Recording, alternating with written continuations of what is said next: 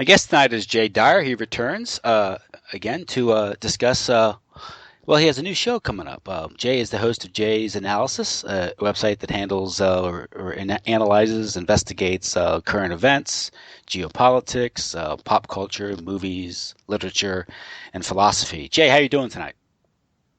Well, as always, Tim, thank you. Oh, thanks for coming on again tonight to discuss this. You have a new show, Hollywood Esoterica. Is the working title? Esoteric Hollywood. Esoteric Hollywood. Okay. Yeah. Uh, okay, Hollywood.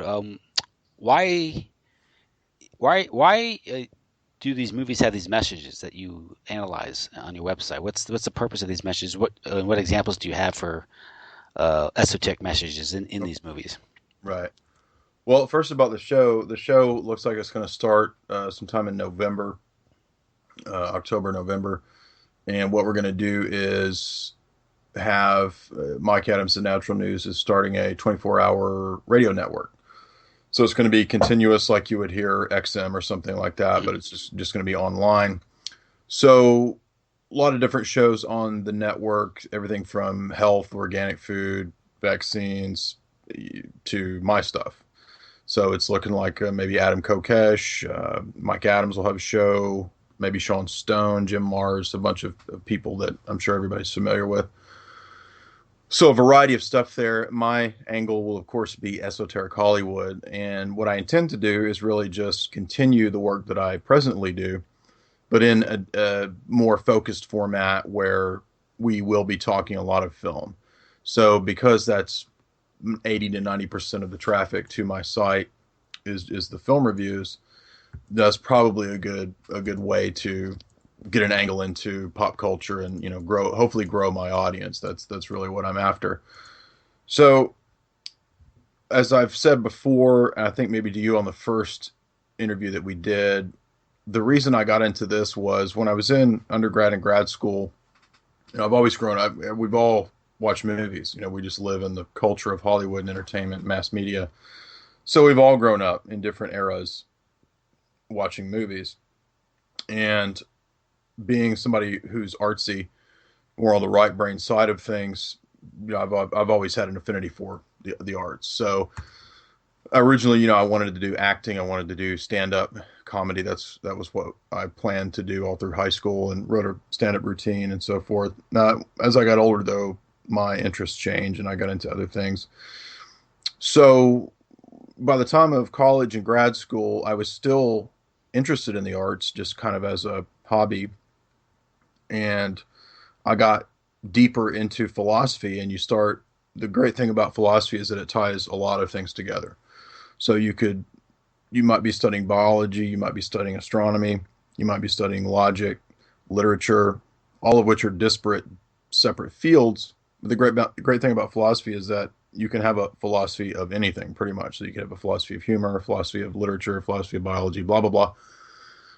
And by the time of grad school, I was doing lit and philosophy together, and I thought, this would actually be a pretty good topic for a hardcore website. I'd already been kind of doing some alternative media stuff, conspiracy articles, things like that. And that just developed into really hammering away at the film reviews just because that's where I started seeing the feedback. It's something I love to do. I love watching a movie, dissecting it, kind of playing movie detective, pulling it apart, doing what in literature we call a close reading. So if you've ever had any lit classes in college or university, kind of what I'm doing is what's called a close reading, where your professor and the class dissect, you know, Shakespeare or uh, whoever, whatever piece of literature, Dostoevsky, you're reading.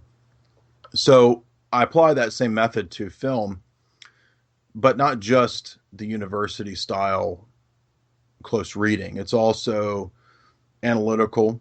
It brings in philosophy. It's also esoteric. It brings in, when it's appropriate, I think, elements of the mystical, the metaphysical, the occult, whatever may be the case, depending on the film. It also looks at the angle of psychological warfare, psyops, mass conditioning, propaganda, advertising, marketing. These are all aspects of film. So the philosophy of film is very fascinating on top of all these questions and all these subjects. And that's really what fascinates me. So the ability of the director, of the studios, of the mass media, of the companies to kind of play the role of magician, if you will. If you think of the movie Hugo, which was Martin Scorsese's film based on the novel, kids novel, about a kid who basically, it's kind of a complicated plot, but the kid builds a robot kid in a way, if I recall. And there's Ben Kingsley plays an old school film director, and Scorsese's point in that film, in part, seems to be that the film director, in a way, has the role of a magician, but not a magician in the sense of Crowley per se or anything like that, but in the sense of theatrics. So if you think about a movie like The Prestige, the Christopher Nolan film with Hugh Jackman and Christian Bale and Scarlett Johansson, The Prestige also presents this idea that theater, film is the art of illusion. And so it's the art of giving people narratives, of giving people understanding, of giving people meaning. And that's so much more powerful, I think, as you and I have discussed in the past, than any kind of bureaucrat reading off a list of rules and laws. Nobody cares about that. That's boring. What people do care about are the arts, and that's what moves them, and that's what Plato said so long ago. So whether it's film, poetry, music, visual arts, whatever the medium, movies have a particular power, I believe, because they're a combination of all these arts. So you have the auditory, you have the visual, you have the ability to play with time through editing in ways that other forms are somewhat limited. So if it's just music, you're limited to the time and the pacing and the tone and the notes and the different instruments. Not necessarily visual unless it's a visual arts performance with music. So there's just a lot more layers that you can put into a film. And as we all are aware, I'm quite sure, the beginning of Hollywood starts with propaganda. And if we think back to the Nazis, they were instrumental in developing certain camera techniques. And early on, the Germans and the Nazi Party were very invested in both Hollywood and the visual theatrical scene of Europe. Then things change over time, especially in the U.S., where it shifts into different, what we might call mafia blocks. We'll get into all that later, I'm sure, as we with kind of a Catholic mafia block involved in film and Hollywood, Italian mob involved in an aspect of Hollywood and filmmaking, and you've got Jewish mafia involved in aspects of Hollywood. And so there's kind of different cliques that appear in that whole scene as well. But back to the main point. So that's what I do. I like to look at these things, pull them apart. You could call me the movie Columbo, the movie man Columbo. My fate is apparently sealed now. I'm going to be movie guy, I guess, which hopefully that'll work out. I won't regret it 20 years from now. I'll be typecast as movie guy. But anyway, so if you think about recent big blockbusters, something like Interstellar, Christopher Nolan's film, that's kind of a treatise homage on 2001: Space Odyssey by Kubrick. That's a big one that I did that got a lot of hits, a lot of traction on that piece. And what I did was I just looked at different levels of what I think Nolan is trying to say there, and whether it's the metaphysical or whether it's esoteric occult stuff, whether it's philosophical points, even scientific or physics points, all of these things can be conveyed and are analyzed in an example of something like Interstellar. So if somebody's hearing this who hasn't, seen or experiencing the stuff I do, it's similar to Vigilant Citizen, but hopefully I try to give it a little more academic depth, a little more sophistication than your average watered down, all seeing eye here, this equals Illuminati. That's pretty mindless in my view. But so that's what I do. I look at the threshold. One of the best classes I had in undergrad was Cold Hollywood History, and I had a professor who actually was quite a conspiracy theorist. He was a little more on the classic progressive side. He might be a fan of Webster Tarpley.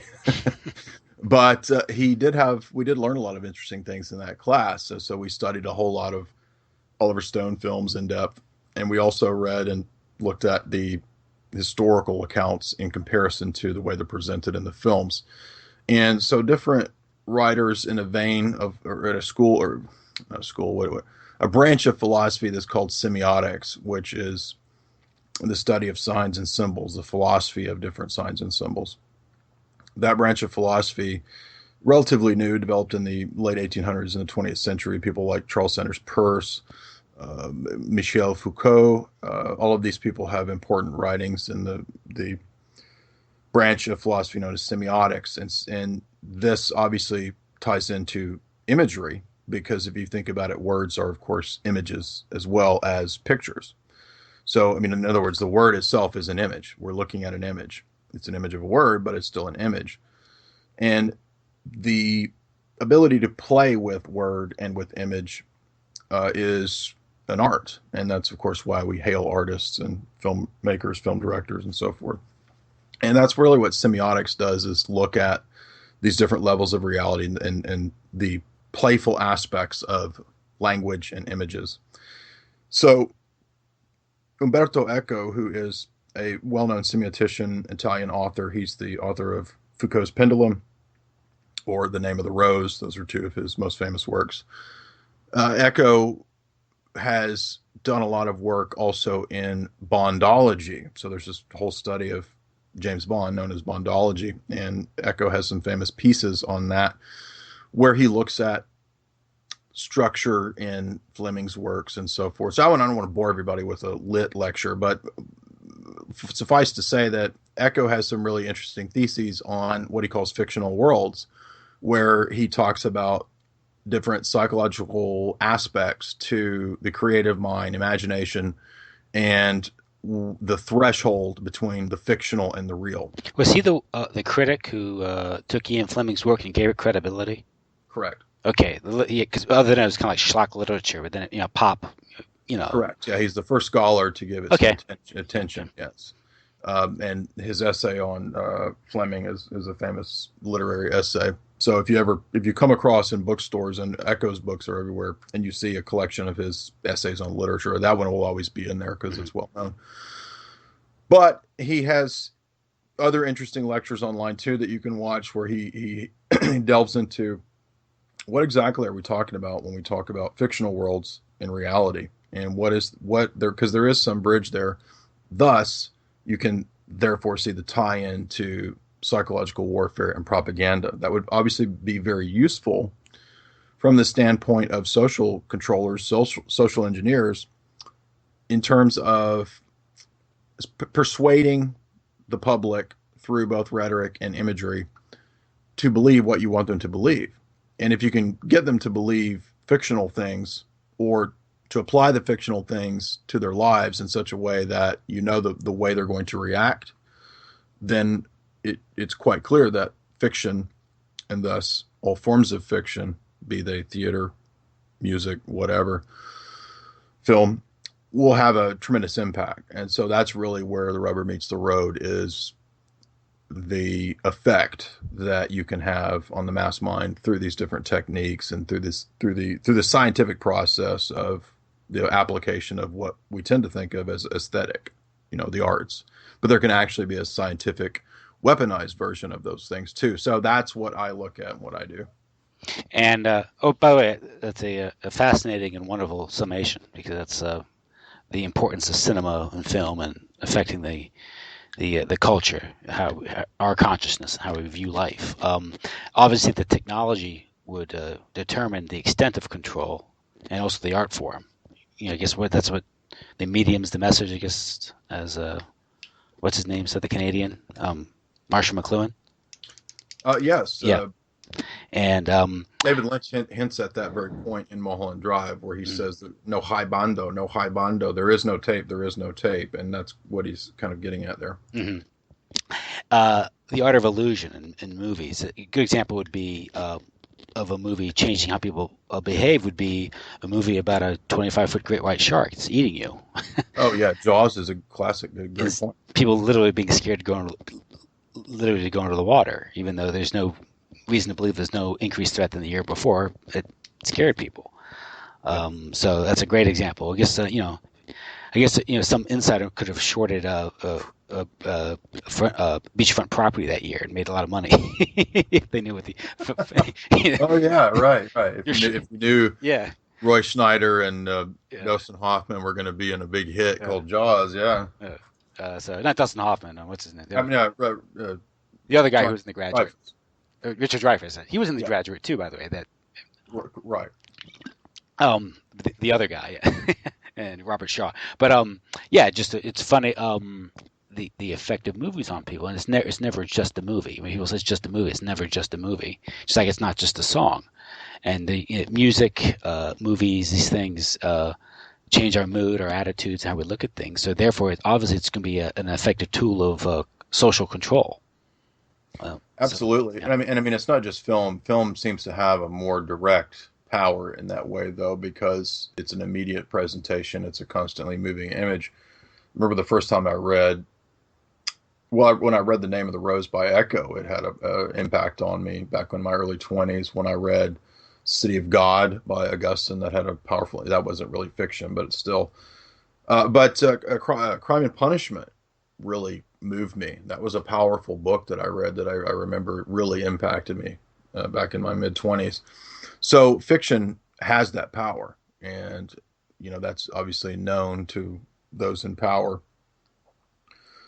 But the moving image, the moving picture, has a special magical power insofar as its ability to directly present, as I said, multiple mediums of art in one.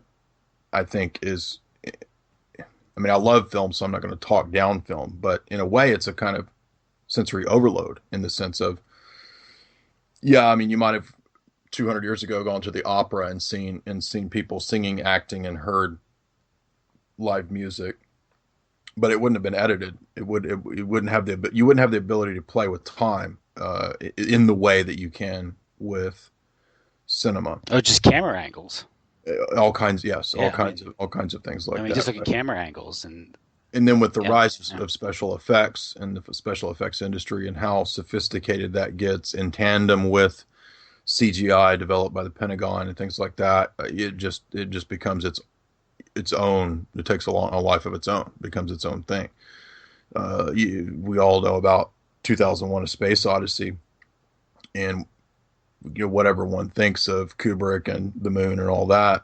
What we do know is that Kubrick worked with NASA, and the CIA was interested in Kubrick's abilities and techniques, and the Air Force, as I understand, was interested too, because he was creating these, really amazing fictitious pictures of spaceships and people floating around, and they realized the power of that, Mm-hmm. On the celluloid screen, to give Americans a certain impression during the Cold War. So that is just one example among many. And of course, when Star Wars comes along, this is it breaks ground in a whole new way with industrial light and magic in terms of the ability to use trickery through special effects to, it's really quite amazing. I mean, I know that that's pretty obvious, but if you stop and think about it, we just think about Hollywood and what all they can do, and the amazing talent and ability that goes into the special effects behind these films. It's phenomenal. And it is. It's the high art of illusion, It and is. And that's by where the you way, get. that's what's going to tie into Yeah, a lot of the psyops. yeah. Because well, I think you're answering the question. I was going to ask you that why are intelligence agencies or military intelligence agencies concerned or interested in the cinema? I think you answered the question. For many reasons. For Yeah. one, as I'm sure you're aware, but for listeners that may not be, the arts have always been of interest to the oligarchs, to the elite, to the power class, because of the ability to, use them. So when we think about patrons, we think about the billionaires, great families, whoever being patrons of the arts. Well, on one level, I'm sure they have an interest and a love in the arts, but on another level, the arts have an ability to uh, a pragmatic purpose. So if you're the Oppenheimers, you're going to be patrons of the arts that will be beneficial to your designs in the world. If you're the Rockefellers, National Endowment for the Arts, et cetera, you're going to be patrons of artistic works that serve to meet the ends that you have for the social order, not necessarily for the love of arts themselves. And that's where we get into things like Frankfurt School, critical theory, modern art, abstract art, all that stuff. We all know about that, I think, by now. Being weaponized, being a tool, a way to socially engineer people away from actual form, coherence, harmony, beauty, the older medieval concepts of what makes up, quote, good art. And this is why the Rockefeller, particularly the second generation, Yeah. got into funding modern art, Right. abstract art. There isn't talk of the Rockefellers around the second decade of the 20th century did research with the radio waves, not the bandwidth, the megahertz. Mm-hmm. Is it the 440 versus the 330? I forget the number, but one they found that was more disturbing, one that was more harmonious to the human biology, and they decided to choose the one that was more disturbing. Yes, if you watch that Yeah. film, I believe is it Anthony Hopkins where he plays Hitchcock, and there's an interesting scene where Hitchcock is at the premiere of Psycho, and they're doing different. If I recall, it's been some years since I saw this, 2 or 3. They're doing test runs, test audiences for Psycho, and he's trying out different techniques and watching the audience. He's all he cares about is the reaction of the audience. So when Janet Leigh's in the shower and that whole scene goes down and everyone just freaks out, that seals the deal for him, and the studios love it, blah blah blah. Long story short, we all know what comes out of that, Psycho. So that is a window into not just the desire on the part of studios to shock the audiences and get a reaction, which creates a buzz and makes money. If you're coming from the perspective of psyops, psychological warfare, and you're watching that would be of tremendous use to you. And that's why all the way back to the beginning of the camera, there was foresight that that's what this could be used for. So the Nazis would use it for propaganda films. There were people in the South that use it. We all know about what's the classic KKK Birth of Nation. Birth of a Nation. That's a classic one. And then we think about Howard Hughes and his CIA connections, as I've talked about in the past, and all the movies that he shot back in the day, 20s and 30s, Hell's Angels, things like that. Those were all quite obviously and openly war propaganda films. So that's what all you see in the up into the 40s and 50s is war films. They're just that's everything. And then of course pro-American cowboy films and things like that. So that's the psyop angle of this, is that it operates on many levels. Theater has always been the purview of people what does a spy do? A spy acts. And actors are playing another role. They're playing a different persona. And that's essentially what a lot of people who, do undercover operations do. And as well as trafficking in secrets. That's what esoteric writers, the cults, we've touched on this in the past. That's what they do. They traffic in secrets. One of those secrets is the art of illusion and trickery that Machiavelli and Sun Tzu talked about, the ability to convince the enemy or your own people, your own troops. You see, psyops is not just for the enemy. It's also important for morale amongst your own troops, which is why, as I've said, Machiavelli says, even if you're a king and you've got a bunch of troops and morale's low, have a vision. tell them you had a vision last night and the gods told you that, you're going to be victorious tomorrow. Well, that's going to raise morale amongst the troops. That's no different from what we see today in the propaganda aimed at our own troops, who must be convinced of the narratives of Western Atlantis, Imperium, and so forth. So that's how all of these things tie together, and that would be the use for intelligence agencies, is the ability to, again, many levels, to use the psyops, to use the trickery, to create a buzz through media stories that are fake, create distractions, leak something to damage an enemy. That's another way to do it, through media. Put something in a film that damages someone, conveys a message, real or perhaps disinformation. I mean, there's a million different ways, different techniques that these avenues might be useful. And of course, Frederick Forsyth just came out. It said he was MI6. Well, that was pretty obvious. I mean, I could have told you that a long time ago. But he just said this the other day. Well, I was MI6 for 20 years. This is why so many writers, spies, and actors all sort of have the MO. Roald Dahl, Julia Child, the list is Ian Fleming. The list goes on and on. There's this curious parallel between theater, spycraft, esoterica, you name it. It's all very real in the real world. So that's why it's fascinating, and that's why it's useful for many reasons, for many purposes, as well as actors make good spies. Natalie Portman's grandmother was MI5 asset. A lot of people don't know that, but that's an interesting little tidbit. So, theater and spycraft go hand in hand. That goes back to the beginning of the cinema and the stage, by the way. The stage too. Yeah. I mean, there's questions regarding John Wilkes Booth and his connection. He was a spy actor, right? Right. There you go. Harry Houdini.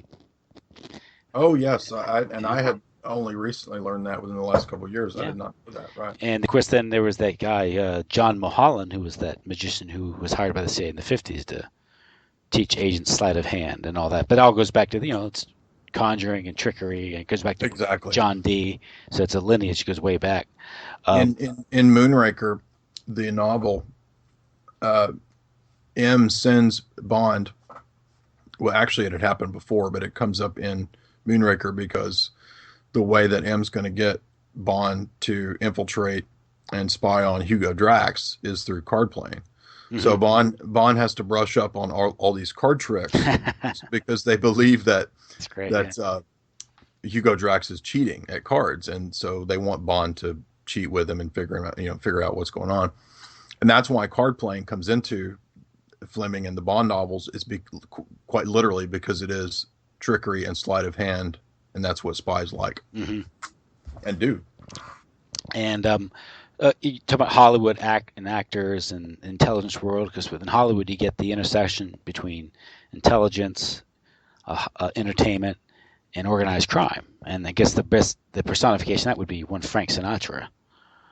I talked to a guy who knew a lot more about this than I do. I know sort of a cursory history of Rat Pack, Sinatra, and all those kinds of escapades. I don't know how much of what I know is actually true, but yeah, you heard all kinds of crazy stories like that. And I mean, quite obviously he was involved, with the mafia and all that. Well, I mean, the whole story with the Godfather. Apparently, it was the yes. He was the the singer in the Godfather. That's supposed to be Frank Sinatra, and it's From Here to Eternity. Mm-hmm. And who was the band leader? Was it Tommy Dorsey? I haven't watched it since we did that interview. But I'm saying that in real life, it might have been Tommy Dorsey that was the real band leader. No, I think you're right though, because when I was reading about it, that sounds right. But he went to Las Vegas. Didn't he also serve as a frontman for a bunch of mafiosos in a casino there? So I've heard, yeah. Yeah, and of course he produced the Manchurian Candidate, right? He was one of the producers of the movie. He is. He plays a central role in the film as well. Yeah, you ever thought it was odd that Lawrence Harvey played the would-be assassin, Lee Harvey Oswald? Oh wow, I didn't even think about that. Lawrence Harvey, Leo. But if you look at John, the fact that Frankenheimer's novel came out before the movie and before anyone knew about that program, Yes. that's what's very telling, I think. Mhm. And that's it. But it is telling because the movie, yeah, because MK Ultra was not known yet. It wasn't. And of course, the story about MK Ultra was that it was a reaction to the Korean War. Of course, in reality, they were planning before the Korean War. But Right. we know that. But that is fun. Yeah, you're right. The movie portrays it as something going. So obviously, Condon had sources or information. I'm sorry, Frankenheimer's the director. Richard Condon wrote the Yeah, novel. yeah, Condon. Excuse me, right. Yeah. Yes. So, yeah, Condon had to have known, what was actually going on. So one of the great classic examples of, I guess, what we could loosely call predictive programming, right? And this is a little off track, but I believe the night that Robert F. Kennedy was shot in the Ambassador Hotel, he had dinner with John Frankenheimer, and I believe with what's her name, the girl, the actress who Sharon Tate. Interesting. He was also a big fan of the Bond novels too. So that I guess he was shot sometime after midnight, but that evening before the prime, before he went to the Ambassador Hotel to celebrate his victory, he was having dinner with John Frankenheimer and Sharon Tate, and I'm going to guess, but I think Polanski was there, but I'm not sure about that. Also, was it his dad that was ambassador to England? Who? It's Kennedy. There's some connection Oh between yeah. Joe Kennedy was ambassador in 1940, just before America entered the war. To England, right? To England, yeah, to the UK. Yes. Yeah. So there's a Yes. direct British intelligence Yeah, connection. yeah, it is. But he.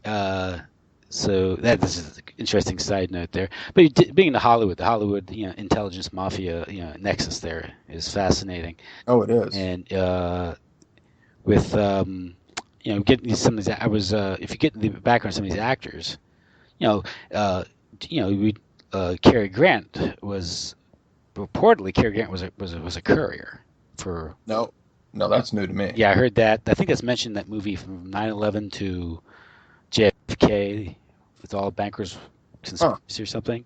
But I've read that in other places. These things you can't confirm. You hear it. You hear it. You hear it, right? Yeah, like the Candy. I think there's probably something to the Candy Jones story. Yeah. But it's hard to confirm those things. But yeah, this stuff's everywhere. And if you think about it, they would make reliable couriers because they're celebrities. They can travel. They don't get the same scrutiny. Yeah, they get access to places. Yeah. Normally you wouldn't. Right. So yeah, again, this is the part where Hollywood intersects, with intelligence, with illusion, and psi war. And if you can broadly look at, and you could probably look at entertainment or advertising movies as a form of psychological warfare because it's a medium that's meant to alter your mood or your behavior in some way. So Absolutely. Broadly speaking, we can call that mind control or psi war, and these things have a sliding scale. They do, yeah. Now, a recent example of what you just talked about was the second season of True Detective because it tied in money laundering, Hollywood. I'm only up to see the episode 3, so don't spoil it for me. I won't spoil it for you, but it ties in Hollywood, local corruption, local government corruption, mafia, land deals, boondoggles, gangs, drugs, the whole gamut. It's all there. And of course, with Hollywood, you also have which I learned when I was reading Dave McGowan is that Lookout Mountain in Laurel Canyon, which was a state of the art movie studio that was run, by yes, and I forget who it was. Somebody recently made the point that on some podcast I don't even recall. I don't mean to not give credit, but it all runs together. They said something to the effect that California is basically just a military industrial complex state. The whole state is just that. So I've heard that too. Yeah. So that you've got all of that together, and as well as Bohemian Grove. I mean, it's all there. And according to McGowan, people like Marilyn Monroe, John Wayne, Henry Fonda did work up there. He's never in any of their biographies ever told what they did up there. I was about to mention Monroe because I've read different pieces that argue that she was very, very controlled. Her life was very controlled almost like she had a handler at all times, and she couldn't do this. She was under kind of house arrest, so she was just kind of owned in much the same way that people said about Judy Garland. They said that she was that the studio kept her drugged, and she was kind of owned on house arrest. So, in that regard, studios, agents, right, kind of handling the property in the same way as handlers might handle their assets. But I'm speculating there, but yeah, there's just so many examples of these things coming out. And there was that Philip Rizzo, his book about CIA, Hollywood, and drugs, that he was talking about different directors that were involved in intelligence work. I highlighted too, and a lot of times where it gets really weird and out there is where the films themselves will, it seems to me, reveal things about even people in those films. So, for example, Jennifer Garner plays the CIA recruit in Alias, the J.J. Abrams show. And then a few years later, she's literally working for the CIA in propaganda. Mm-hmm. That's just curious to me. I mean, that's just crazy. So, make of that what you will. Ben Affleck says CIA's full of Hollywood. I found a clip of Bruce Willis saying much the same thing. There's a clip where I think it was before the movie Red, where Bruce Willis plays a former spy with Helen Mirren. It might be Red or part 2 of the film. But there's an interview where he says, something to the effect of, Hollywood's full of spies. So he compares their what they do as being very similar. Mm-hmm. The actor and the spy. And we can't forget the clips of Melissa Mela talking with Angelina Jolie after Salt. So Salt is the film where Angelina Jolie is kind of playing this back and forth double agent between the U.S. and the Russian Federation. And she underwent actual CIA training for the film role. My guess would be that it's not just for the film role. Yeah. And you have some of the more, lurid accusations or strange accusations. You've Bryce Taylor's book, Thanks for the Memories, where she claims she was a mind controlled, I guess you could say, like a monarch sex slave, and her handler. It's always hard to know with the people that make that claim, because we don't know. Yeah. She claims it was Bob Hope. Yeah. Now, the problem with that, I understand why people are skeptical about it. I'm not poo-pooing that. That's just her claim, and then without any confirmation, where do you go with that? And how would you confirm something like that? Now, I think a lot of people's opposition, and this is all part of that illusion, is most people think they know Bob Hope because they saw him on television. Yeah. But we don't know Bob Hope. We don't know who Cary Grant was. These are just characters they play. But people do think they know them. That's how the power of illusion. Now, I think Walter Ballard, who wrote Operation Mind Control, mm-hmm. he claims that he saw her with Bob Hope at parties. Mm-hmm. So he says they were in physical. They were next to each other at parties, and he would lead them around. Remember where Bob Hope was? Bob Hope was a presenter. And working with the USO. Yes. And that's what Candy Jones said was mm-hmm. the totality of her mind control work was working with the USO. So mm-hmm. that's how she was supposedly doing career work. Now, Bryce Taylor, she's the one that apparently she went through the windshield of her car, and that's when she broke her. I think her and that's what played out in that movie, The Long Kiss Goodbye. Where she goes through the windshield. Yes, I know what you're talking about. That is a weird film. Yeah. That's pretty. Now Shane Black writes that conspiracy, MK Ultra, mind control, assassin theme into pretty much every film he does. Well, also the fact that they're planning a fake terrorist attack so they can boost the budget. Yes, right. And he wrote Iron Man 3, and Iron Man 3 is the one with Robert Downey Jr. kidnapped by the actor, the mm-hmm. fake Bin Laden. The Mandarin character, Ben Kingsley. Mm-hmm. And of course, we do have books like Operation Hollywood, where the DoD has a liaison office, and they approve scripts, movies. Now, everybody says that, but I always make the point that I think there's there's not just a liaison office, because that suggests that, well, it's just this every now and then request back and forth between these two groups of, Mhm. can we use your tanks, or can we do this? Well, okay, if only if you put it in the right light. No, it's deeper than that. Yeah. It's a lot of these people, I believe, actually are. See, I mean, that's what Ben Affleck says on that Mhm. Guardian interview. He says there's a lot of CIA in Hollywood. What can I say? Yeah, it's same with where you have this character Chase Brandon with the CIA. Yeah, Milt Bearden, right? Both of them, yeah. Yeah, and they consult and they meet with, and of course his character was in Wag the Dog was Conrad Bean, Correct. and it's supposed to be based on Chase Brandon. Of course, the character in that movie is far more than a liaison officer. I mean, he's a political fixer That's exactly what, right. with the power to kill in that movie. And you ever notice in that movie that I don't know, that's probably you probably noticed it is of course the beginning. Of course, the movie came out in the fall of 1997, if I recall. That sounds right. And Mid-90s, yeah. of course, the storyline is the president getting in sexual trouble with like a Girl Scout type girl Right. who. And as the beginning of that movie, he's entering the White House in the middle of the night, and he passes a photograph that's just like the photograph that would come out several months later between Bill and Monica Yep. with the beret. And I don't know how to it's not hard to exaggerate. It's difficult to exaggerate the importance of that. Well, this is one of those Because what does that examples. suggest to you? This is one of those examples of Yeah. what I was talking about, where it's not just a real world spy story put into fiction like Ian Fleming. It's a real world person in the spy world put into a film that's then intended to release some form of deep level propaganda that's intended to affect the audience on another level. I mean, it gets really meta, Yeah. in this weird But way.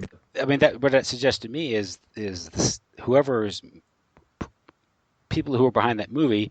I mean, it's not hard to imagine Bill Clinton came into office as a known philanderer. Okay, so it's not hard to predict that he may get in trouble at some point in his presidency. Right. But to predict it in such detail, Well, yeah, where it gets to the yeah. difficult point that people have a hard time believing. I don't, I don't because my suspicion is the whole thing might have been scripted. that's what I'm saying. Yeah. Yes. I mean, it certainly covered up what was going down in Mena, Arkansas, right? I mean, to talk about the president's sex life, people aren't talking about other things, right? Absolutely. The sex is always a great distraction. And so, The tabloidy stuff, and I've noticed too that there's a curious connection in terms of tabloids and classical intelligence work, particularly with British intelligence. So the tabloid thing is an older school British thing. The tabloids is kind of well, I guess ultimately it's an older European thing, because there were tabloids even back during the French Revolution, where they would have tabloidy stuff in the salons about Marie Antoinette. So it's an older European thing, but it's very much intimately bound up in UK media, and that this is hinted at in various films too. Messages being relayed through tabloids, things like this. Stuff we think about as fictional spy stuff that I think is actually pretty real. So I'm not sure where to take that, but you could see why it would be useful, because what is tabloids? Well, it's the land of rumors and gossip, and what is one aspect of intelligence stuff? Rumors intelligence. So to have the latest dirt is crucial, and thus you could see how both perhaps mafia and or intelligence agencies would have a use for tabloids. Mm-hmm. And that tabloids ties directly into Hollywood as well. Mm-hmm. And so, yeah, it's a form of intelligence and also manipulation of the public's perception. Yeah, working on different levels, Yeah. right? So Hollywood is the land of illusion, fantasy, make believe, and also, it's through the movies we tend to judge our own lives, that assess our own lives. The movie stars we see, they're bigger than life because they're on the big screen and all that. So it's going to affect how we live and how we think we should be living. But the idea of Hollywood techniques, this you say that actors make good intelligence agents because they more or less are trained in adopting multiple or dual personalities to fit a certain role. And so there's some connection there, of course. But I've heard you talk recently regarding some of with the news, the mainstream news media, and how they may be mimicking or following some of Hollywood's techniques in reporting or, say, manufacturing the news. Do you want to get into that? Yes. So I was trying to turn off the annoying Skype notifications. I hate that, and I've tried. I don't know how many times to turn that stupid thing off. Well, um, so the tie-in with mass media is that, as Patrick pointed out Sunday on the Sunday Wire, and if you spend much time in alternative media or whatever, over time you start to notice that a lot of times these people that are presented aren't who you thought they were. So it's relatively common, as he noted, in journalism, mainstream journalism, media, for people to have fake names and stage names, just like actors. And there are multiple reasons for that: liabilities, people want to have a private life, blah blah blah. But it also provides a way for there to be more deception. So if you're presented as news reporter Storm Johnson with the evening news, right? You, it might be easier to get away with stuff if people don't know that you're, hey, that's Max Smith from down the road.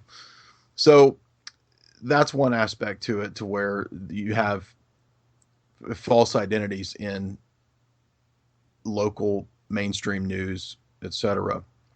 These people aren't necessarily who they're presented as either. So you just can't go on the assumption that you know who these people are that are on this pixelated screen in front of you that are telling you these facts about what's happening in Afghanistan or wherever. But it goes much deeper than that. The news itself is under no obligations to report or tell anything true. Now, I have a relative who worked for a long time. This is an example, an analogy for that, in editing for one of the largest publishers in the U.S. And Harcourt Brace did, for a long time, medical journals. And my relative edited science journals for about 17 years. And if you look up the history of that corporation, you realize that they are a private corporation, a mega book publishing conglomerate. Reed Elsevier, I think, bought them out. They own SeaWorld, things like that. Is there any obligation for a private book conglomerate to print peer-reviewed studies that are accurate? Any legal obligation? Yes. I'm not a lawyer, but I want to assume not. As I understand, no. Okay. And that's exactly right. So there's no obligation by a private company to print or make sure that peer-reviewed studies are necessarily accurate or correct. How would you do that anyway? You get these journals come in constantly, right? So you'd have to. How are you going to do this? Is Harcourt Brace going to send out an agent to every single lab?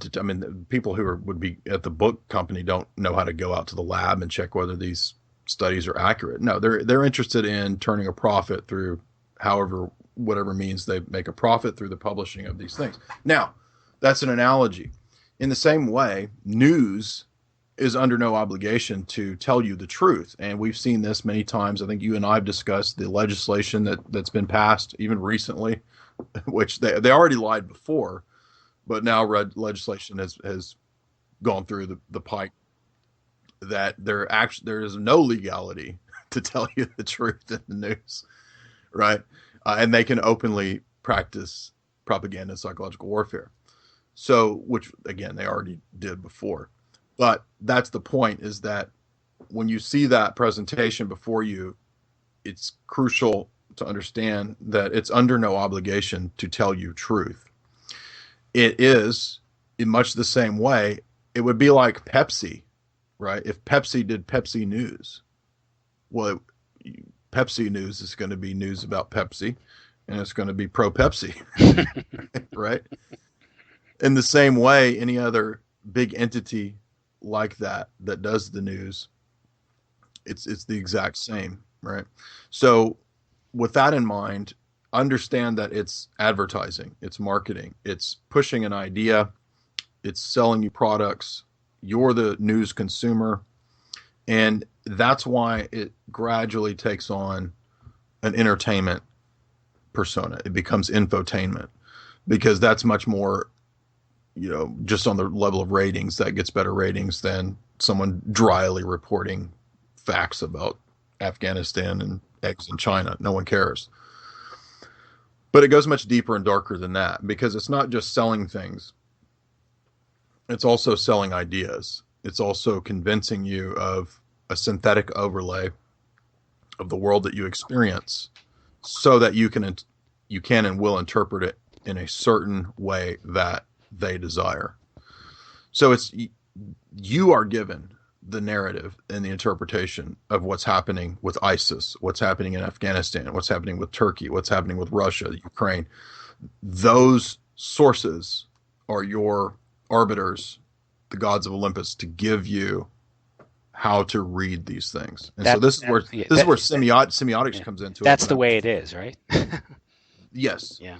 It's like being in a college class with a professor up there, and this my experience I've used as an example many times. And the professor opens up Othello and immediately starts talking Marxism.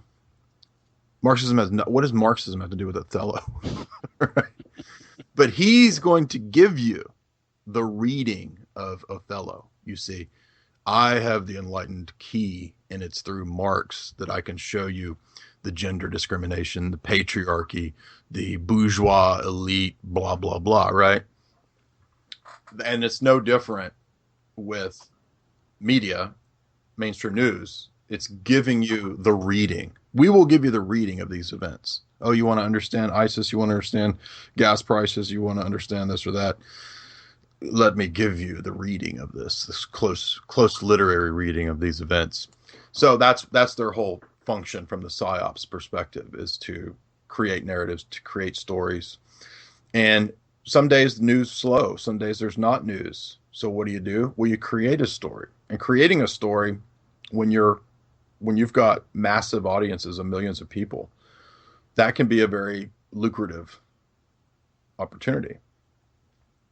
So I think that when we want to look at incidents like Sandy Hook or Virginia or any of these fishy, bizarre events, just the weirdness, what makes a lot more sense is understanding it from that perspective. The different political agendas that can be tied to these events afterwards, the marketing of the local law enforcement to get tanks and bulletproof armor, and we got to have IUDs to fight all the ISIS in the shopping malls and the Krogers, and local police department's got to get Tommy guns. Right?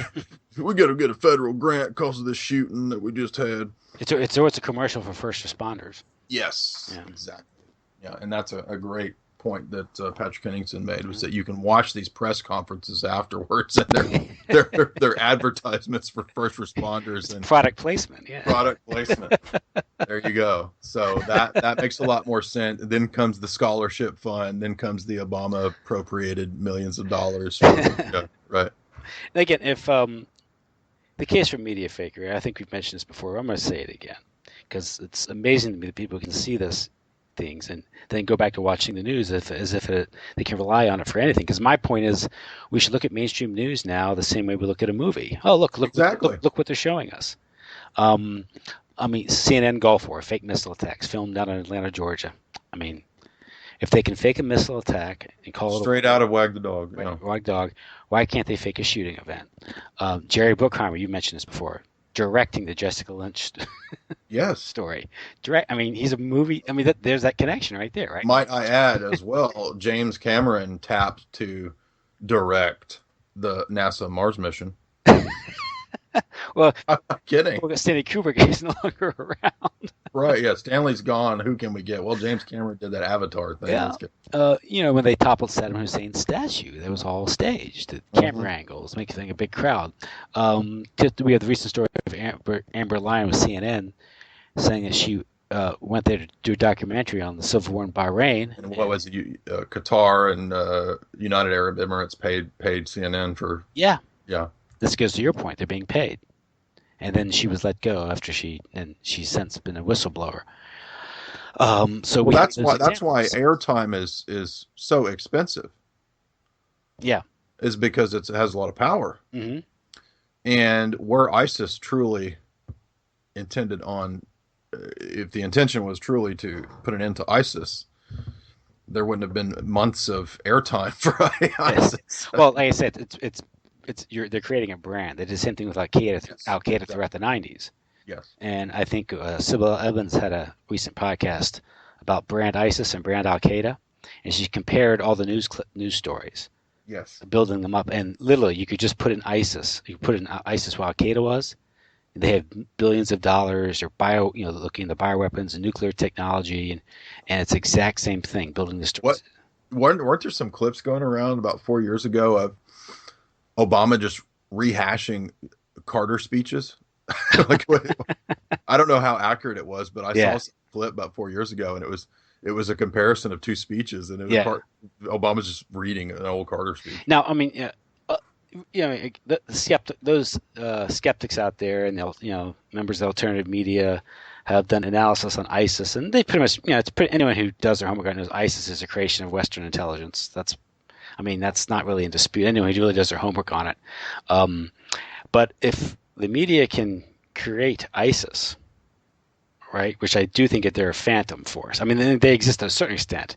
There's people on the ground creating mayhem, but much of the image is a creation of the media.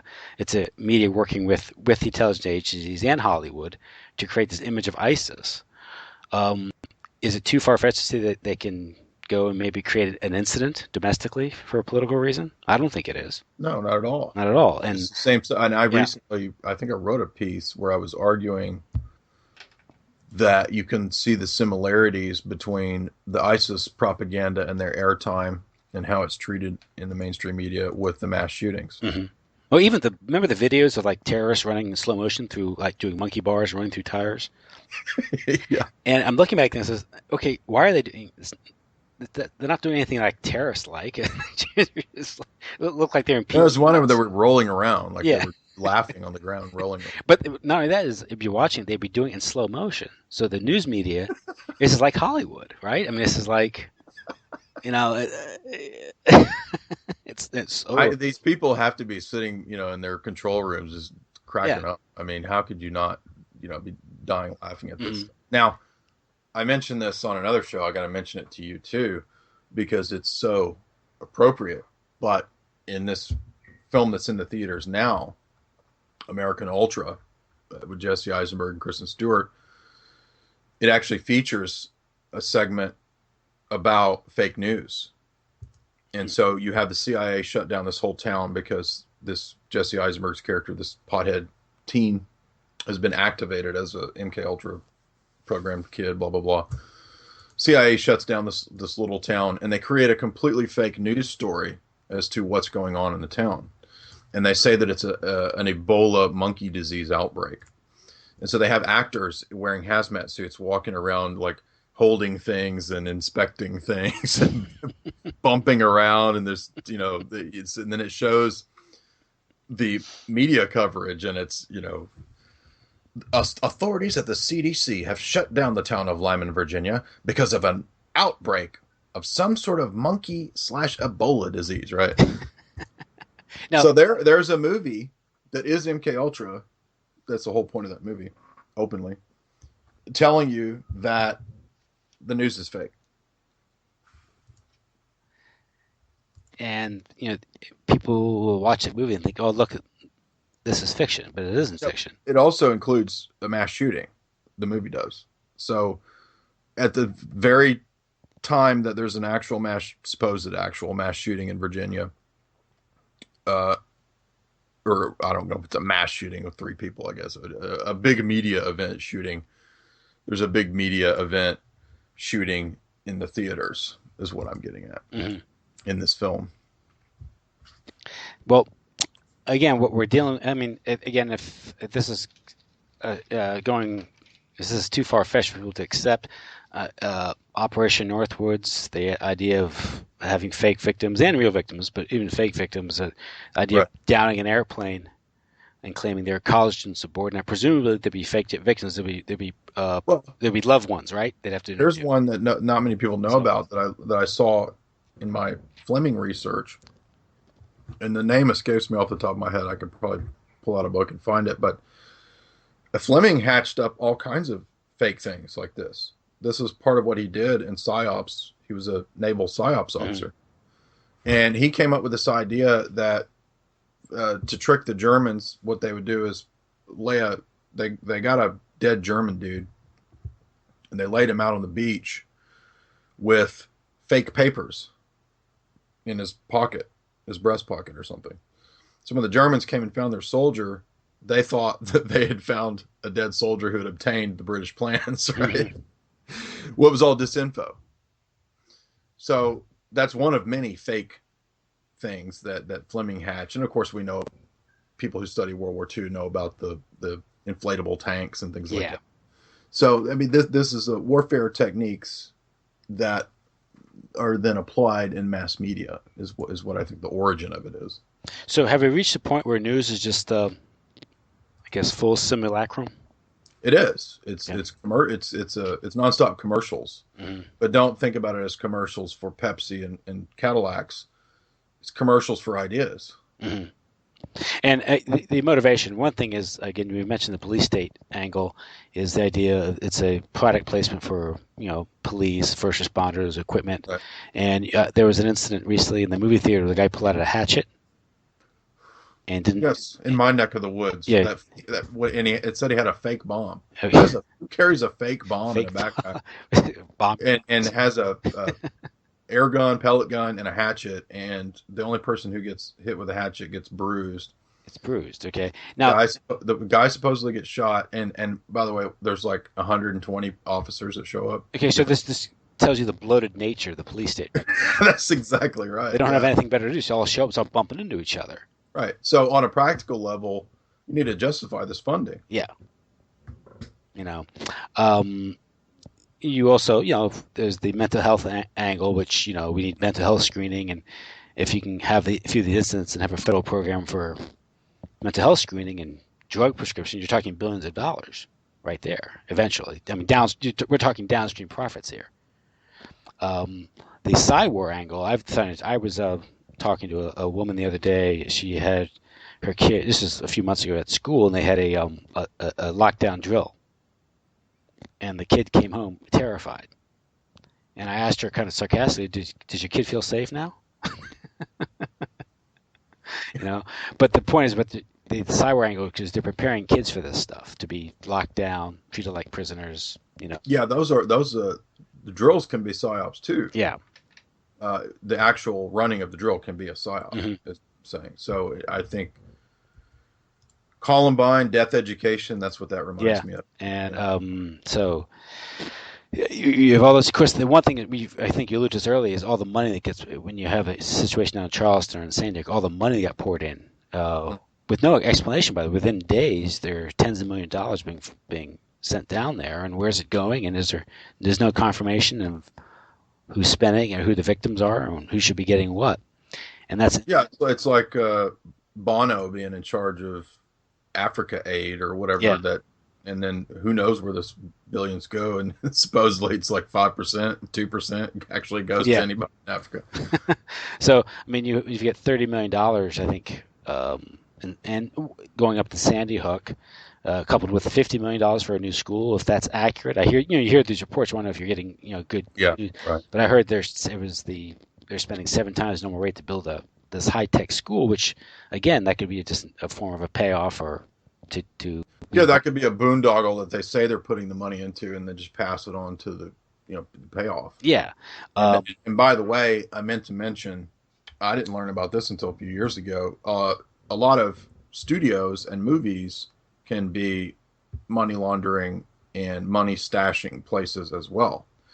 They can be tax write-offs. So you wonder why a lot of movies are bad. Well, it may actually be because they didn't really care about the movie to begin with. They needed somewhere to stash a bunch of money, most of which actually didn't go to the movie. It was just put into that as a way to put. It's a way to put money. Yeah, that's what I heard. That was with what was his name in Hollywood? The guy who did Cotton Club. Mm-hmm. The Cotton Club murders was involved in using cocaine money. And this somehow got linked into the Son of Sam murders. Oh wow! Because of the Roy Reardon. Reardon was his name. Was one of the involved in trying to. Bob Evans was the producer. Guy did The Godfather, Paramount. Okay. And of course, the whole story behind that and how they had to get the mafia's okay for that. That's in Gus Russo's book about Supermob with Sidney Korshak and the Jewish mafia in Hollywood and their ascendancy in Hollywood. But Donald Bob Evans was I think that was his. He was apparently addicted to cocaine himself, among other things. But the one thing was he was involved. He needed money. Millions of dollars for production, and apparently he was accused of ripping off this one lady who was dealing cocaine. And one of the attraction was it's a good way to launder your drug money just through the movies because you can just spend it, and then the accounting is just usually horrible.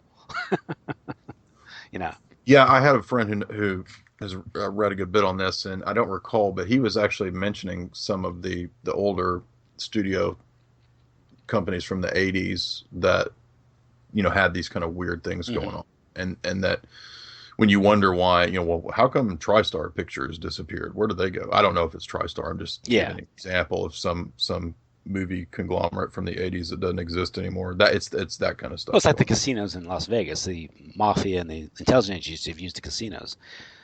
Right, and like Enron, sometimes things have an expiration date, so you just blow them out. You blow them out, and look at the savings and loans. Exactly. They were. If you read that book by Peter Bruton regarding the Texas savings and loans, this is the Bush family, the mafia, and the intelligence agencies, and they're just passing off bad loans. They're just stealing these institutions blind, and then eventually they just blow them out, and they collapse, and then the taxpayer bails them out. And you think, well, why would the company want to go under? That's because that company wasn't what you thought it was.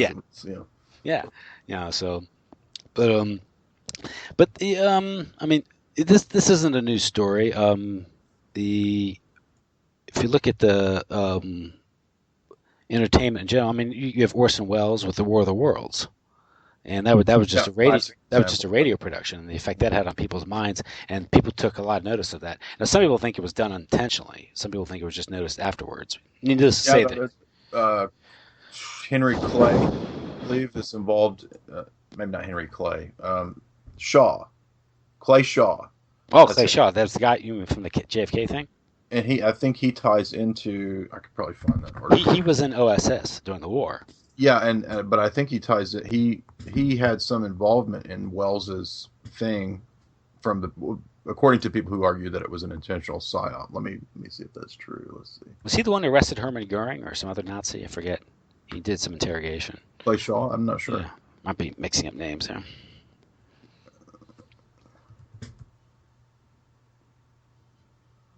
War of the Worlds. I want to say that's an article I read. I think it was at Global Research years ago. I want to say that's what they were arguing. Let's see. Sorry, edit this out. Me being annoying here with. But the media in general has been linked to the intelligence agencies. I mean, if we go back to the founding of CBS News, ABC, there was like William Perley and Sarnoff. Yes, yeah, and I had only learned this recently.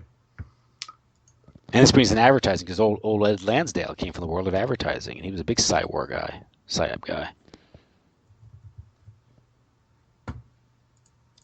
Okay, it wasn't Shaw that I was thinking of. Now, Hadley Cantrill wrote the book on it, and that's it. Hadley Cantrill's book on the alien mythology is the tie-in to the Rockefellers. That's it. Of course, in Hollywood. Psychology of Radio by Hadley Cantrill, Invasion from Mars, A Study in Psychology of Panic, Hadley Cantrill, Human Dimension. These are all his books. And Hollywood picked up the UFO meme, Exactly. a decade and a half later.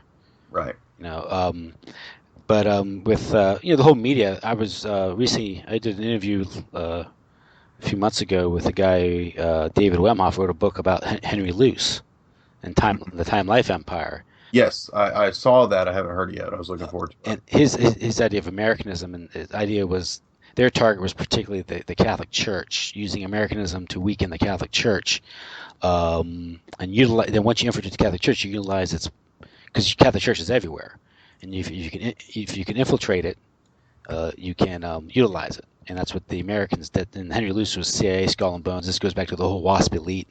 But through Time Life, which is interesting because that's actually the old supposed Alta Vendita plan. Oh, okay. The old Alta Vendita plan was not to destroy the papacy, but to infiltrate it. But the Time Life Empire. That's what. It's Time Magazine. That's Life. It's Sports Illustrated. This is the projecting the image of not only the American Empire, but the good life of America. That's big houses, girls in swimsuits, sports, and this is projecting the image of what it means to be an American. And his idea was you take over the media, and that's what Henry Luce did. Risky business. That's the presentation in the Tom Cruise film Risky Business is that. Oh. I didn't mean to get off topic. I'm sorry. That's what it made me think of that, because Tom Cruise's character he's wanting to get into the elite Ivy school. Yeah. And they won't let him in. And the way he ends up getting in is that he runs a prostitution ring. Right. So he's tailor-made for the intelligence community. So yeah, he realizes that that's how you actually get ahead. It's not getting good grades. Right? Yeah, that's it's right. Not doing your homework, making A's. But the whole idea, again, a lot of people think when we broach this topic of media fakery and some of these events being staged, it's hard for people to accept because they're so used to watching news and thinking that it has something to do with reality.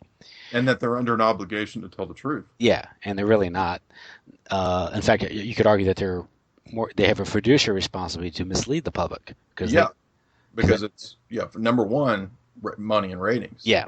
Truth is not necessarily going to make money. But it's nothing. If you consider the whole Cyber doctrine, this stuff has been studied and written about in the Pentagon. I think I have a quote here from William Casey in 1981 at a staff meeting. He said, "We'll know our disinformation program is complete when everything the American people believe is false." False, yes. Now, the source of that is Barbara Honegger. He said it in a staff meeting in February 1981. There you have it. I mean, I guess it's one of those statements that you don't know if it's true or not. I mean, according to Barbara, it's true. It could be apocryphal, but it's like if he didn't say it, might as well be true. Yeah, exactly. If he didn't say it, he thought it. Did you, by the way, catch Jim Corbett's thing on Alan Dulles today? He had a posting today. Not yet, no. I recommend it. But it gets into the intelligence community. Alan Dulles himself and his brother, and I guess I'll just let you listen to it. The ending is particularly telling. And there's a lot of the tie into the Catholic world there too. You can find YouTube clips of the Dulleses with different priests giving lectures and opening up different homilies, and during the Cold War and things like that. Well, that was Cardinal Spellman, right? That was and that was during the period when not just Vatican II, but they were really ramping up the UN and trying to convince hardliners in the Vatican that they needed to be a part of World Council of Churches, UN, and all that. Which, from the time of Pius XI, you still had Pius XII is where it starts to cave. He didn't totally cave, but Pius XI in the 20s still explicitly forbade Catholics to participate in World Council of Churches or the UN. Pius XII caves a little bit, but not totally. And then, of course, with John the 23rd and Paul VI, you have a complete acceptance of World Council of Churches and all that. So And that was the ecumenical movement. That was a Rockefeller project. it's Rockefeller, and that's why the Dulleses are right there in the middle of that with Spellman and everything. Yeah. With the whole idea again, there's this book, Francis Stoner Saunders, The Cultural Cold War. Familiar with that? And this gets into No, no. this Congress of Culture Freedom, how the CIA went in and published all these literary groups and magazines, and many of them were like left of center, but it was primarily in Europe. But I think it also had domestically too. So I think if you look at magazines like from Playboy to National Review, they have some tie to Ms. Magazine. They link back to the CIA. Yes, right. No, I did know about that. Yeah. Yeah. But the whole idea of this Cywar thing, because you have to explain why something is as media fakery as possible and why it's feasible, is we've explained before about Operation Mockingbird and how the media is infiltrated, controlled. Okay, how they could have a corporate or profit agenda here, involved in this as well. But the overall cyber doctrine, the Pentagon has written a manual written by one Colonel Aquino, and he's the Temple of Set, devil worshiper Satanist, who also, by the way, wrote the manual for all chaplains in the Pentagon. But I think he wrote a document in 1980 about Cywar. Yes, I've read it.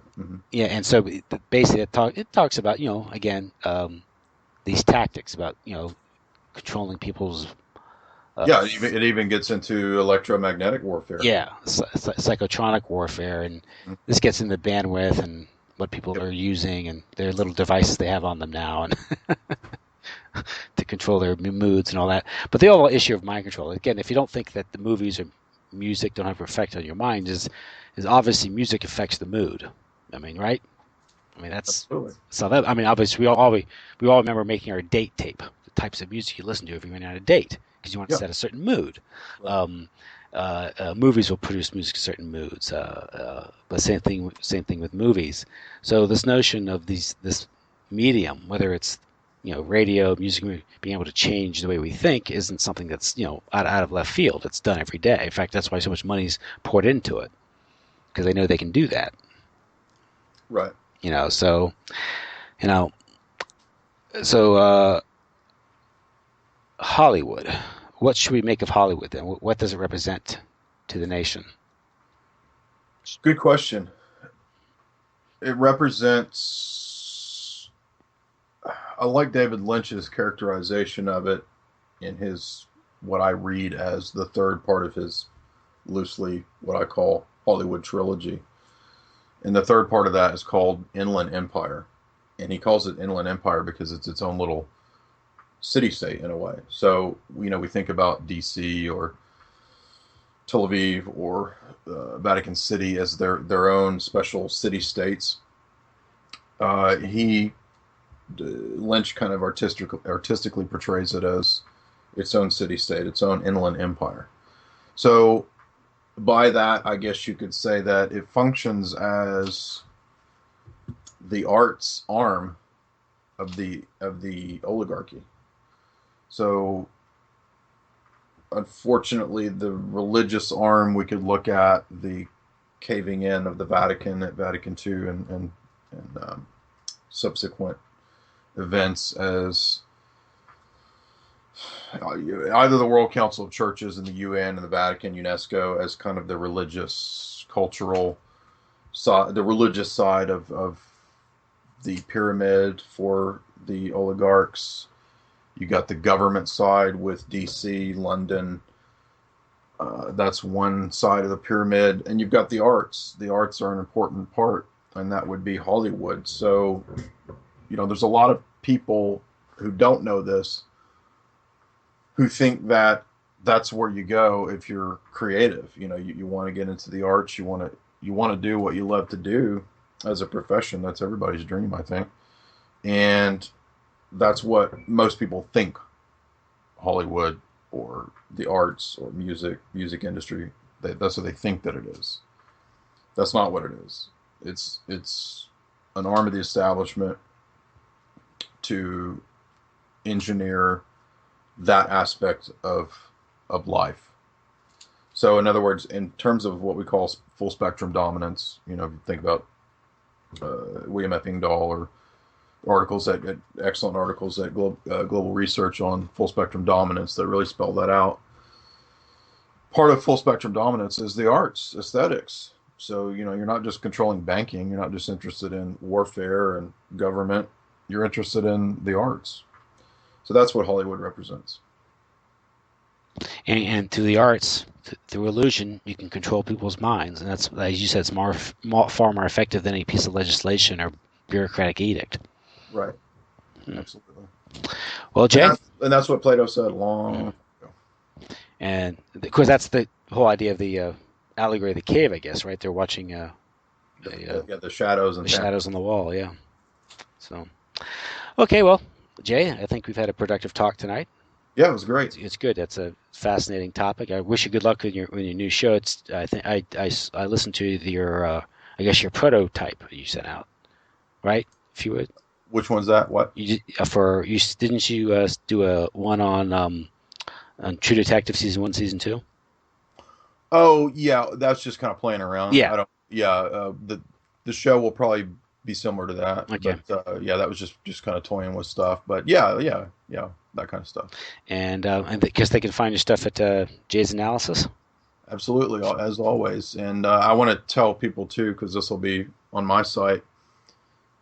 Listeners, readers, definitely avail yourself of Tim's podcast. Thank you. I've been through every one of them except for the Henry Luce one, and they are a treasure trove. So definitely check out Tim's podcast. Oh, thanks. Yeah, that one was particularly fascinating because it brought into question the whole idea of the American experiment. Right. Radical. Again, I actually got into some of you, but I'm glad I'd talked to you before I interviewed him. Because he touched on some similar things about libertarianism and radical individualism, things like that. Oh, okay, cool. So it was an interesting talk. So I had some background. I at least had some background reflections that I could apply to the conversation. So it was right. Good. So, okay. Well, listen, I want to wish you good night and thank you. All right.